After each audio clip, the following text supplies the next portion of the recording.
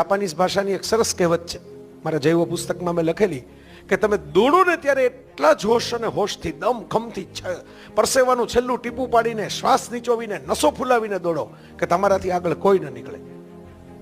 પણ જો પહોંચી જાવ ને તમારી મંજિલ સુધી તો હાથ જોડીને નમ્રતાથી વિવેકથી એટલે ઉભા રહ્યો કે જો તમે પહોંચી ગયા તો કોક બીજું પહોંચશે જ.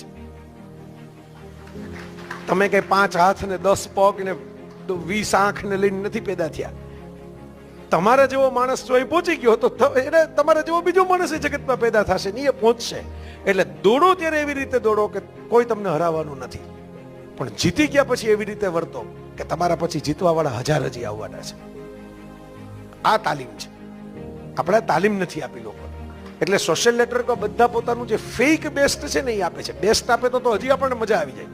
ફેક બેસ્ટ આપે છે જે નથી.